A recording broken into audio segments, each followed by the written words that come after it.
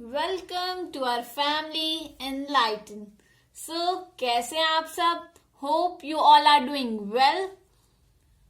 One of our family member wants video on how to make notes. So, I'm here to help you all. सो बिना देरी करे video को start करते हैं। But अगर उससे पहले आपने अभी तक चैनल को लाइक शेयर सब्सक्राइब नहीं किया है तो जल्दी से कर दो, क्योंकि यहाँ पे आपकी सारी नीड्स को फुलफिल करने की कोशिश होती है जिससे आप बहुत अच्छा स्कोर कर सके। नोट्स बनाने के लिए सबसे पहली चीज हमें अपने माइंड में रखनी होती है कि हम किस एग्जाम के लिए नोट बना रहे हैं। बिकॉज अगर हम किसी कॉम्पिटेटिव एग्जाम के लिए नोट्स बना रहे हैं तो उसका सिलेबस बहुत ज्यादा वास्ट होगा, साथ में आपके पास उतना टाइम नहीं होगा कि आप पेपर से एक दिन पहले रिवाइज कर लो, क्योंकि एक दिन में 2 शिफ्ट के अंदर आपके एग्जाम्स होते हैं। अभी एग्जाम आपके पास 2 आवर्स का गैप है, फिर देन एग्जाम है, तो आप 2 आवर में पूरा नहीं रिवाइज कर पाओगे अगर आप ज्यादा बड़े नोट्स बनाओगे। तो उस टाइम पे आपको क्रिप्स नोट बनाने चाहिए, शॉर्ट पॉइंट लिखने चाहिए, कलरफुल बनाने चाहिए, जिससे आप उनको अच्छे से जल्दी से पढ़ पाओ। लेकिन अगर बात आए तो बोर्ड्स की, बोर्ड्स में आप थोड़े बड़े नोट्स भी बना सकते हो। जैसे कि सबसे पहले नोट्स बनाने से पहले आप प्रीवियस ईयर क्वेश्चन पेपर्स देखो, ठीक है। अगर आपके दिमाग में प्रीवियस ईयर क्वेश्चन पेपर्स हैं कि किस तरह के क्वेश्चन पूछे गए हैं अब तक, किस टाइप के क्वेश्चन पूछे जाते हैं, तो आप के लिए बहुत इजी होगा नोट्स बनाना। आपके लिए नोट्स बनाने का सोर्स होना चाहिए ओनली एनसीईआरटी।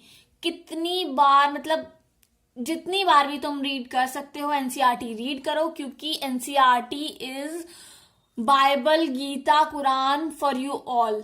सो एनसीईआरटी को बहुत अच्छे से रीड करो। और ये मत करना कभी भी कि पहली बार में ही नोट्स बनाने बैठ जाओ, आज हम पढ़ रहे हैं चलो नोट्स बनाने बैठ जाते हैं, ऐसा बिल्कुल भी मत करना। सबसे पहले, क्योंकि तब हम पढ़ते हैं तब तो हमारे दिमाग में चीजें जानी ही शुरू होती हैं कि टॉपिक क्या बोल रहा है, चैप्टर में हमें दिया क्या हुआ है, क्या पढ़ना है। तो first step is read, only read, बिना कुछ सोचे, कुछ समझ में आ रहा है मतलब समझने की कोशिश करनी है और रीड करना है। देन सेकेंड स्टेप में आप क्या कर सकते हो, रीडिंग करो एनसीईआरटी की एंड देन मार्क करो, इंपॉर्टेंट पॉइंट्स को मार्क करो। इससे क्या होगा, जब आप बार बार रीड भी करते हैं ना तो आपकी मेमोरी पावर जो होती है ना वो भी स्ट्रांग होती है। कैसे?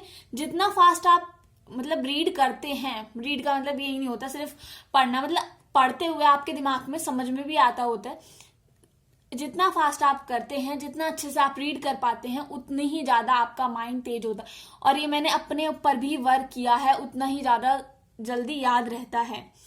सो थर्ड स्टेप आता है हमारा नोट्स मेकिंग। देन फिर हम नोट्स बनाएंगे। हमने PYQs मतलब प्रीवियस ईयर क्वेश्चन पेपर्स पहले ही देख लिए होंगे, जिससे हमें पता चल जाएगा एग्जाम में किस टाइप के क्वेश्चंस पूछे जाते हैं।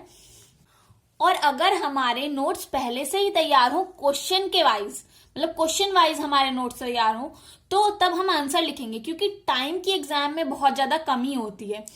बहुत से बच्चे ऐसे होते हैं जिनको आता तो है, पढ़ा तो है, बट वो आंसर नहीं लिख पाते हैं क्योंकि वो टाइम टेकिंग हो जाता है उनके लिए। वो सोचते हैं अरे क्या था एंड देन उनको इसी में टाइम चला जाता है। अगर आपके नोट्स क्वेश्चन फॉर्मेट में बने होंगे, मैं बात कर रही हूँ सीबीएसई बोर्ड्स के नोट्स बनाने के लिए, मतलब बोर्ड्स एग्जाम जब आप दे रहे हो, क्योंकि इतना टफ नहीं होता है, तो आप उस तरह से नोट्स बना, टॉपिक से बाहर से कहाँ से क्वेश्चंस आ जाएंगे, एनसीईआरटी से ही क्वेश्चंस आते हैं, तो आप हर टॉपिक का एक क्वेश्चन देख सकते हो कि हाँ ये प्रीवियस ईयर्स में इंपॉर्टेंट था, इसमें से क्वेश्चन बन सकता है, तो उसका क्वेश्चन लिखो एंड देन उस टॉपिक को एक आप आंसर फॉर्म में लिख लो, उसका इंट्रोडक्शन, कंक्लूजन सब सोच के रख लो और उसको नोट्स बना लो। और बहुत ईजी होगा फिर आपके लिए पढ़ने के लिए, और आप वहां पे बहुत जल्दी लिख के भी आओगे। जल्दी लिखोगे तो आपको पेपर को रिवाइज करने का, रीचेक करने का भी टाइम मिल जाएगा और आपके अच्छे मार्क्स स्कोर होंगे।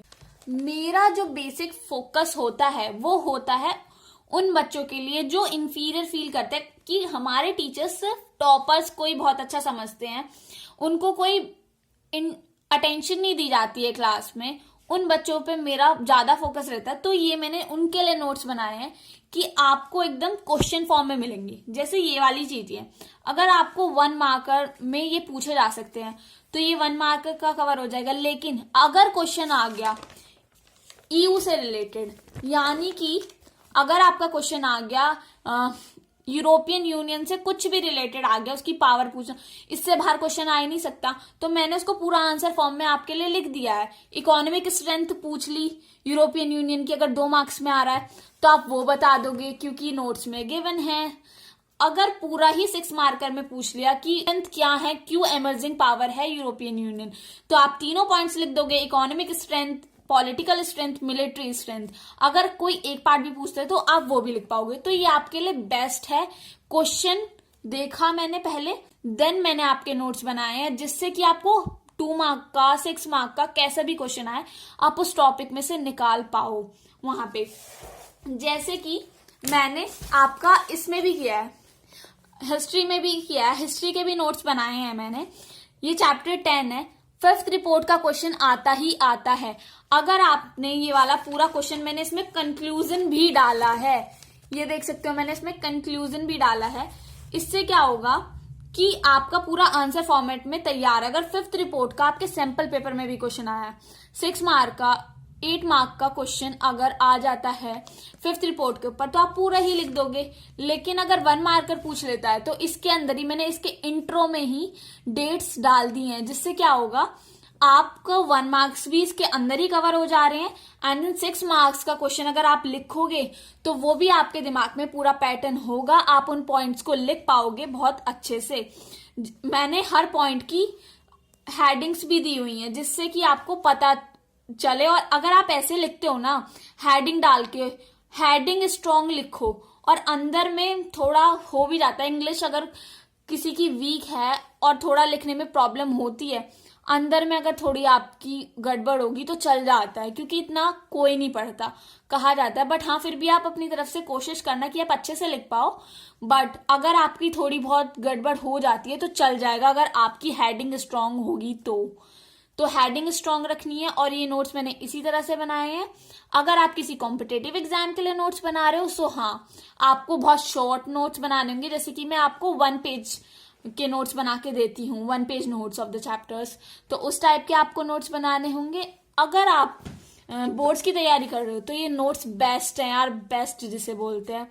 मैंने पहले प्रीवियस ईयर क्वेश्चंस देखे हैं, देन देखें कि कौन से क्वेश्चंस बार बार रिपीटेडली पूछे गए हैं, हर टॉपिक को एक क्वेश्चन फॉर्मेट में चेंज किया है, देन उसका आंसर बनाया, कंक्लूजन, इंट्रोडक्शन सबके साथ, जिससे आप बेटर स्कोर कर पाओ।